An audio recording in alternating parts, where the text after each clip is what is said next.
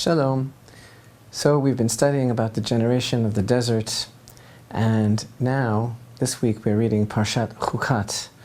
And you know, 6 Torah portions into the book of Numbers, we've been speaking so much about this incorrigible generation, and after the trauma of the incident of the spies, after last week's confrontation with Korach, that unbridled hubris, we may really have a bad taste in our mouths. We may really have the impression that this generation was that incorrigible, that this generation was just so contradictory and so full of missed opportunities. And we may have, God forbid, a very negative impression of them. Again, especially after Parashat Shalach, the debacle of the spies, Parashat Korach, with that confrontation, the overall impression that we have is of a generation that was unappreciative, that was constantly trying God, that was constantly failing in tests of faith. But we mustn't forget that this generation was the highest of the high, literally described as human angels. They were people on such a sublime level of spiritual perception and closeness to God. It takes a real man to eat the manna, which is called man. It takes a real accomplished, powerful personality to be able to digest that spiritual food and remain on your feet. It was a constant test. These are the people that drank from the well, the water of the well of Miriam. These are the people that heard God's voice at Sinai. These people were massive, staggering personalities, intellects, souls. Yes, they had many, many faults, as do we all. And this is one of the incredible ideas that the Torah is conveying to us by recording the details of the failings of this generation, especially when we realize that it's really up to us to fix that generation and to be the ones who come into Eretz Israel with our arms open wide to embrace the precious land that God is giving us and to overcome all of the trials. So it's not so simple. Yes, we've seen the dark underbelly of that generation. We've seen the dark side. We've seen a lot of the failings, but we also know, and we mustn't ever forget, that they were truly great. This is what a person is. Up, down, as high as the stars, as low as the sand on the sea. And if anything, when we come to this point, 6 parshiot into the book of Numbers, trying to put a finger on this tremendous force, the generation of the desert, and following through their ups and downs now, I mean, can you imagine what they're going through now? They were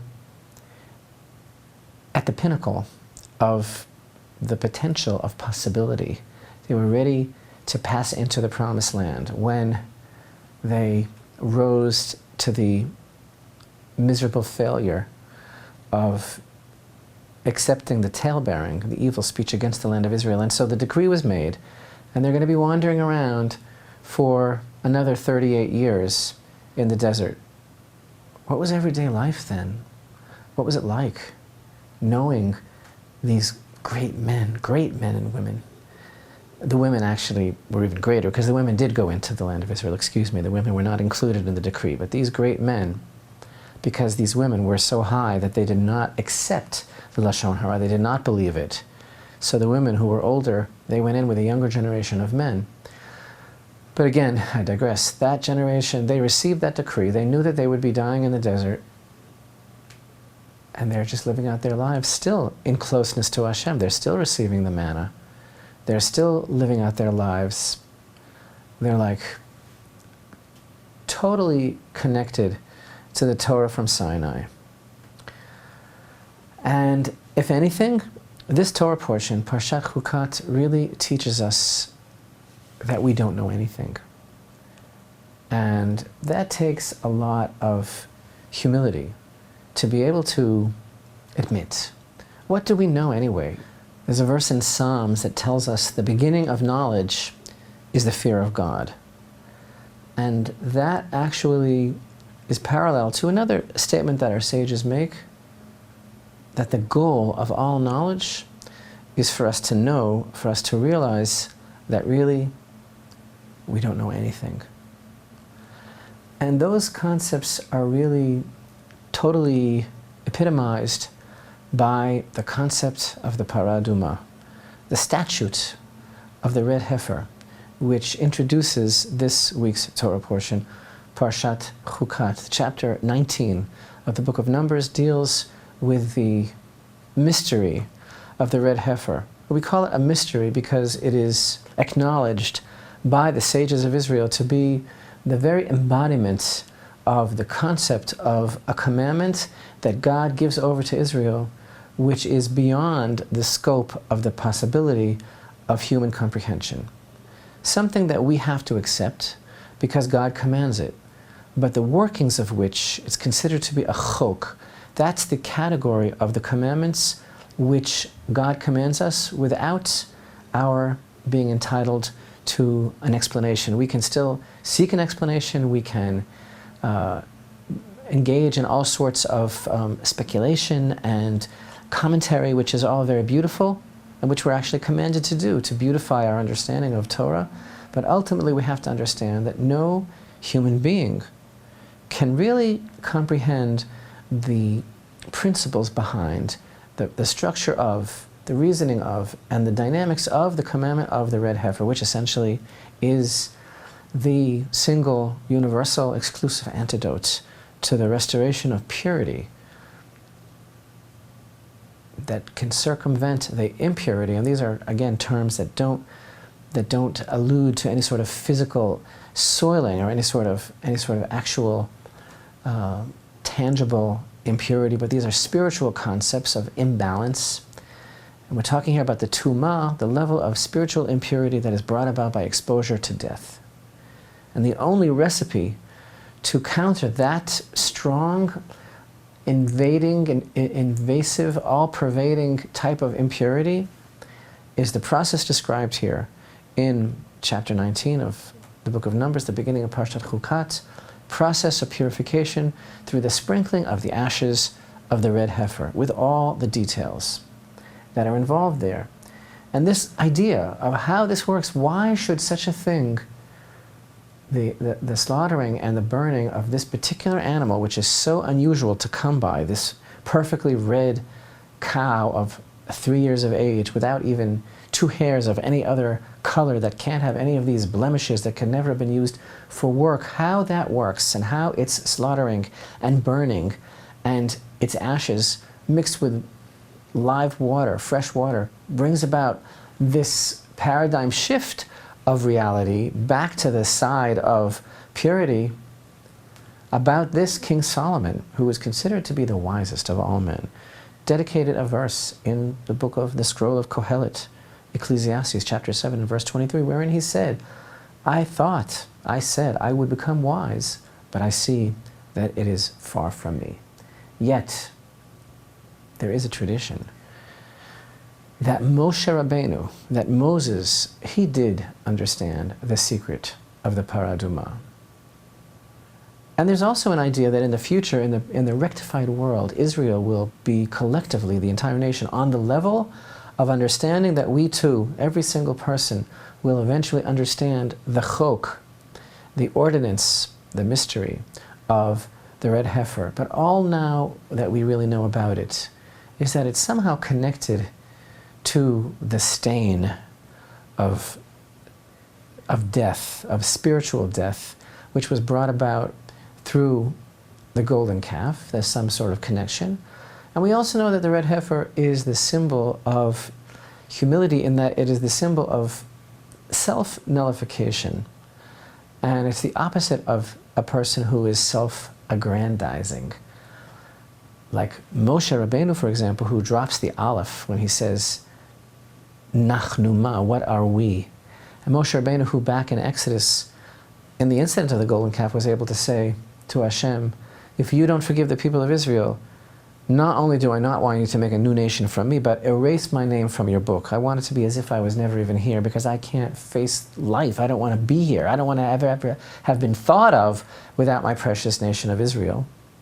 So he was able to say, erase my name from your book. This is the ultimate idea of humility, as God himself testified back in the end of Parashat Baalotcha, where he said to Aaron and to Miriam, how could you talk about Moshe? Don't you know that he is faithful completely everywhere in my house? And that's where Hashem actually said that Moshe was the humblest man on the face of the earth. So this is part of another aspect of the mystery of the red heifer, which is actually, speaking of how we don't even know anything and how this Torah portion really is the embodiment of the concept that we really don't understand anything. Why is it even mentioned here? Because actually the precept, again the ordinance, the chok of the red heifer was given to Israel back at the place called Marah, where the bitter waters were sweetened in Parashat Bishalach, in chapter 15 of the book of Exodus. This is one of the commandments which, according to our tradition, was given to Israel back then. And yet, for some reason, it only appears here in Parashat Chukat. It's completely out of place. That doesn't surprise us, because we all know that there is not necessarily any chronological order whatsoever in the Torah. The Torah is not a book of history, and therefore there isn't any chronological order. And one of the reasons why parah adumah, the red heifer, appears where it does, right here, following Parashat Korach, is because it was only Moshe who was able to understand the secret of the red heifer. In fact, there's a certain kind of eternal connection between Moshe and the red heifer. Indeed, the verse tells us Hashem spoke to Moshe and Aaron, saying, this is the ordinance, the decree of the Torah which Hashem has commanded, saying, speak to the children of Israel, and they shall take to you a completely red cow. There is a personal association between the red heifer and Moshe, and that's because he had this deep comprehension that even Shlomo HaMelech, even King Solomon, who, according to the testimony of Torah, was privy to every secret of creation, every secret of the universe, every nuance of every natural phenomena, every language, the language of the birds, the constellations. There's nothing, no wisdom, no discipline that he didn't understand, but yet he was not able to fathom the mystery of the red heifer. But Moshe, he did understand. And why is that?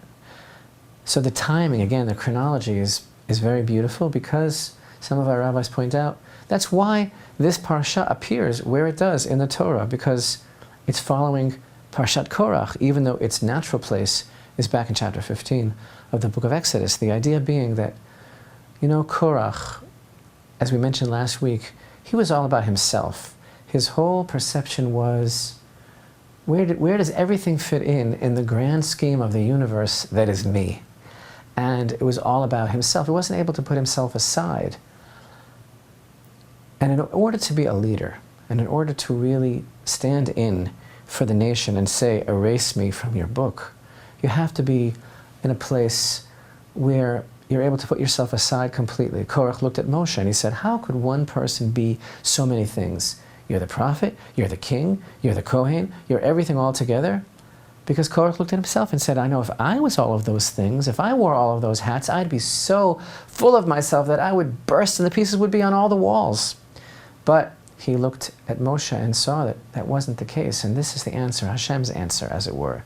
Through the timing of the Torah, Hashem's answer to Korach is, this is why he is who he is and you are who you are, because he is able to understand this secret, because he thinks nothing of himself. And that's really we know part of the secret of the red heifer is this concept of bitul, of self-nullification, of which Moshe was the master.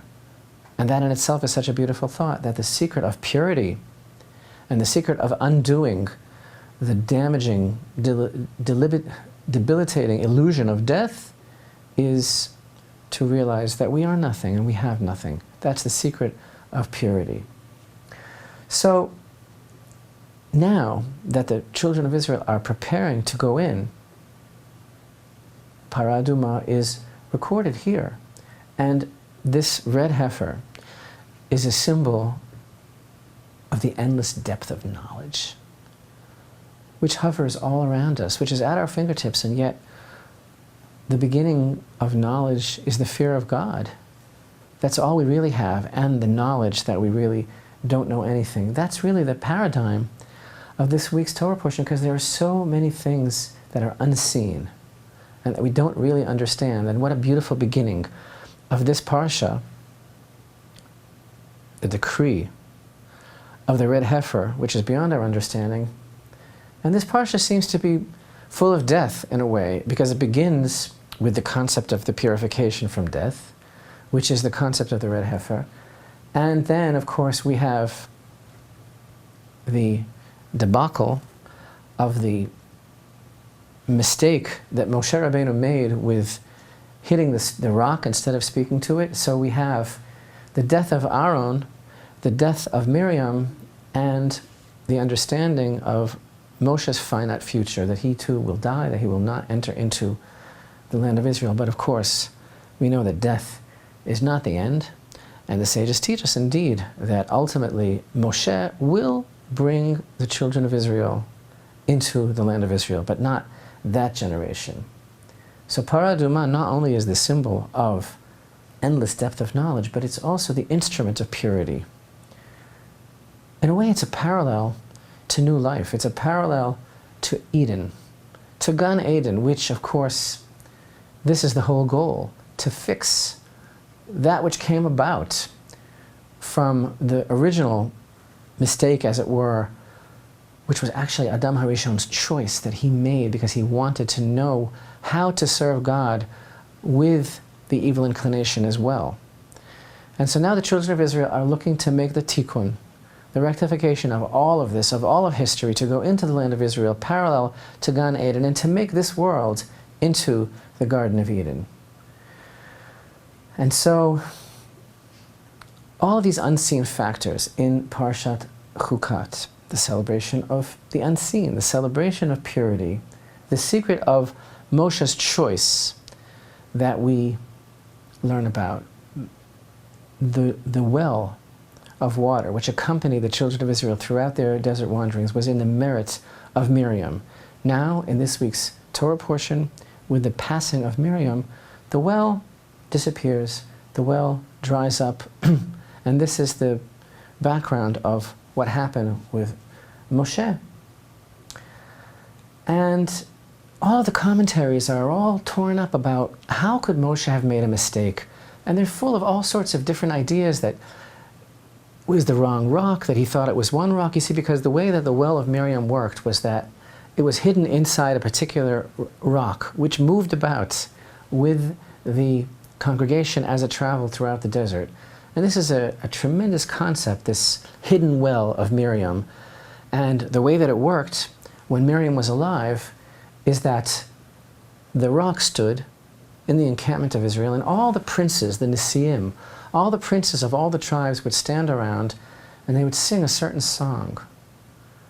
And the water would rush forth from the rock, and it would form little tributaries, little side streams that would encompass the entire encampment. And every tribe of Israel had a stream running by its particular camp, and from the stream came forth all sorts of delicacies in addition to sweet water, and all sorts of fruit-bearing trees would spring up around this tributary of water. And now all of that disappeared. And so there's a question, where is the stone? And perhaps Moshe thought that it was one stone. Perhaps he thought for some reason that it was better for certain reasons, that he had certain logic to do this instead of to do that. Perhaps he was put into a certain situation, or perhaps he didn't understand. And this is not the place to go into all of that speculation, because it's quite involved. Suffice it to say, Moshe did not make a mistake. He knew exactly what he was doing. And just as Adam and Chava really made a choice in the Garden of Eden, so too Moshe made a choice, and he knew ultimately, and this was his ultimate sacrifice, because there's nothing that he wanted as much as going into the land of Israel. He knew that for the sake of the children of Israel's future, for certain reasons, it was necessary for him to take this dive, and to make sure that there would be a reason for him not to be able to go into the land of Israel. But it seems that he made some sort of cosmic mistake, and so the irony of Parashat Chukat is that in the very same Torah portion that begins with a testimony from God himself as to the greatness of Moshe Rabbeinu, that he was the only person who was able to fathom and plumb the depths of the secret of parah adumah, of the red heifer, because he had such tremendous humility. The very same Torah portion immediately thereafter records the greatest single mistake of his career, which cost him entering into the land of Israel. What a contrast from the greatest testimony to his greatness to an open record of his failure? Unless, of course, it was not a failure, but it was part of his understanding of how to ensure the future of the children of Israel. This is a very complex notion, but in short, there are so many adventures that this generation went through that are all in the background of these Torah portions, between the lines, and they're not even recorded. From the time that the spies were sent forth from Kadesh Barnea until the death of Miriam is a span of 38 years. What happened during those years? The Torah only bothers to record those incidents of eternal importance. And we are really left to our own imagination to understand the tremendous detail of everything that passed over them during those years. From the time that the decree was made against that generation, the decree of death, every year on the eve of Tisha B'Av, the entire nation would dig graves. The Midrash tells us that after the decree of death was made against that generation, people didn't die just on any day. They didn't die just in the middle of a Wednesday in February, but those who were going to be dying that year would pass away on the night of Tisha B'Av, the day of the decree. And so every year on the eve of Tisha B'Av, the entire nation dug graves, and that night, the night of Tisha B'Av, the destruction of the temple, all the males that were of age, that were involved in that terrible sin of speaking Lashon Hara against the land of Israel, would sleep in the grave. And in the morning, Moshe would pass through the camp and make an announcement that all those who are still alive should rise up and join the rest of the nation, and the others were buried there, in the very own graves that they dug, which they had already dug when they accepted that terrible speech against the land of Israel. Imagine what goes into this. Imagine the scene every year of all of those tzaddikim parting from their families. Imagine the paperwork of seeing to it that all of their affairs were in order, and then saying goodbye. And then the next morning saying hello again and having a wonderful reunion for maybe another year or more for those whose time had not yet come. My point being, there's so much between the lines in these 38 years in the desert of all the experiences that this great generation had, this generation that was so close to holiness and so close to God, and only those aspects that are of import to us that we are able to grow from and to even effect a change for are those that are recorded in Parashat Chukat, with the parah adumah, with the decree that was made against Moshe because of the incident at the rock, which frankly no one really understands adequately what that really truly is conveying. And the death of Miriam, and the disappearance of the well, and the passing of the mantle of the priesthood from Aaron to his sons, and the wars that are described. All of these speak more of what we don't know than really what we do know. They are an allusion to the impenetrable, endless depth of knowledge of this generation, which is passed on to us. Thus, the parsha begins with the parah adumah. Moshe is not going into the land of Israel. His first order of business after he's told that is his message to the nation of Edom, and he does not shirk his responsibility to the nation. Aaron's death, Miriam's death, all of these unseen elements that are celebrated by the parsha are perhaps most beautifully summarized in the song of the well that we find when Israel sang this song in verse 17. Come up, O well, call out to it, well that the princes dug, that the nobles of the people excavated, through a lawgiver and their staffs, a gift from the wilderness. The gift went to the valley, and from the valley to the heights, and from the heights to the valley in the field of Moab, at the top of the peak overlooking the surface of the wilderness. The Song of the Well is another great mystery, and even more mysterious is the fact that this is the song that was sung by the Nisiim, by the princes of all of the tribes, every time the camp would settle under Miriam's jurisdiction and her supervision. The well, which was in her merit, the water would spring forth at the song of the princes. And yet this song is not recorded for 39 years. This is taking place in the 39th year that the well, which moves about with the camp mysteriously in this rock, now, after Miriam has departed, after 39 years, the song is finally recorded by the Torah. And what's more, here in our parsha, the Nisiim, the princes, are not singing the song, but here all of Israel is singing the song and not the princes. Why? This is a great testimony and witness to the greatness of Miriam, because Miriam taught the Nisiim, the princes who taught the people this song.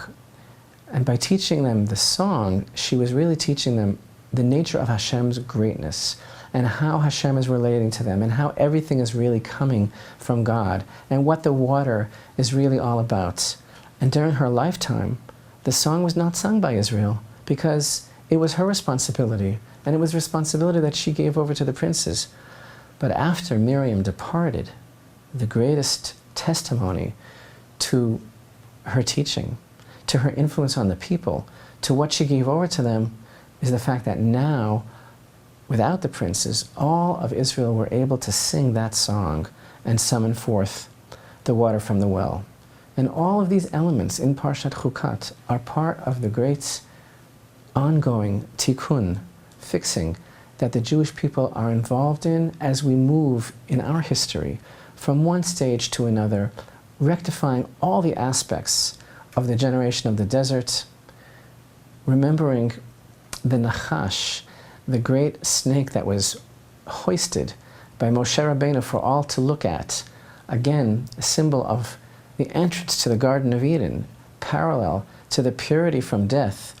This is our opportunity to see to it that we transform the land of Israel into the Garden of Eden for the whole world, that we learn from the recorded mistakes of this fabulous, magnificent, holy generation, and that we understand the illusions of all of those things that are not recorded throughout all of those years, so that we can bring to a beautiful climax in our generation the true legacy, the inheritance for all of the people of Israel, the land of Israel.